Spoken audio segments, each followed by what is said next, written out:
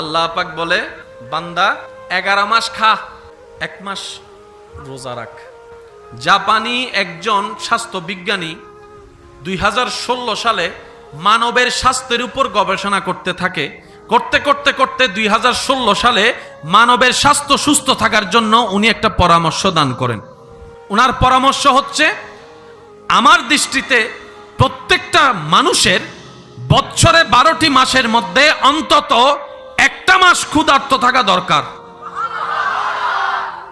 উনি ওনার গবেষণায় বলছেন, 1টা মাস যদি ক্ষুধার্ত থাকে কোনো মানুষ নির্দিষ্ট একটা সময়, ওই পেটের মধ্যে যে ব্যাকটেরিয়াগুলো আছে ওগুলা যদি খাবার না পায়, তখন ওরা কি করবে, ওই 11 মাস যে মানুষ খাবার খেয়েছে, কিছু আশেপাশে ময়লা আবর্জনা হয়েছে, ওরা ক্ষুধা সহ্য করতে না পেরে ওই অবশিষ্ট খাবারগুলা খেতে থাকবে, পেট ক্লিয়ার হয়ে যাবে, পাকস্থলী ক্লিয়ার হয়ে যাবে, ওই মানুষ আরো বেশি সুস্থ হয়ে যাবে।